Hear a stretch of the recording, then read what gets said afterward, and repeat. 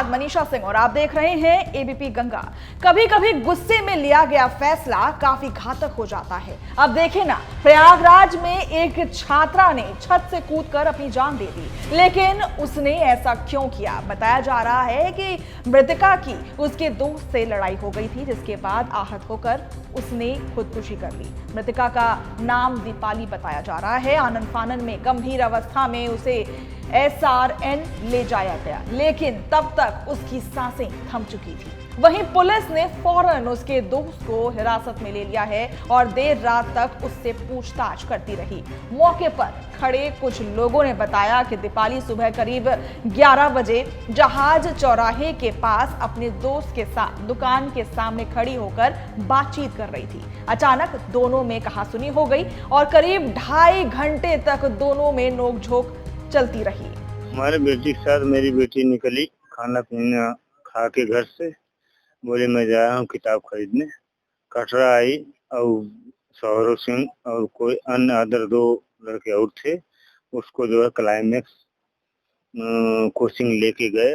उसको बहुत मारा पीटा। उसके सामने क्या है मोहन भोग, क्या कोई है 56 भोग, वो है, उसके सामने मारा पीटा। लोग बता भी रहे थे। उसके बाद उसको मारा पीटा। उसके बाद उसको ऊपर ले जाके क्लाइमेक्स से 3रे तल्ला पर से उसको फेंक दिए।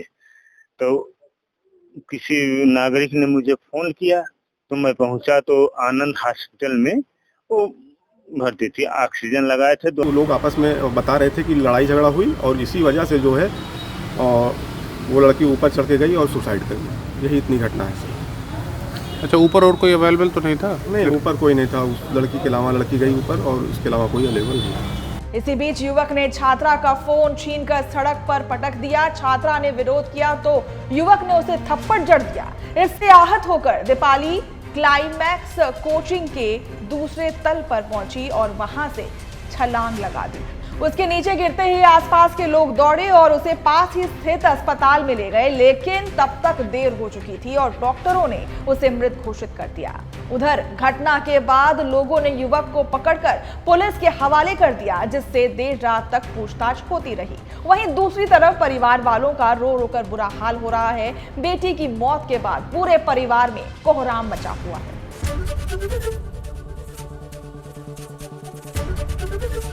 एबीपी गंगा, खबर आपकी, जुबान आपकी।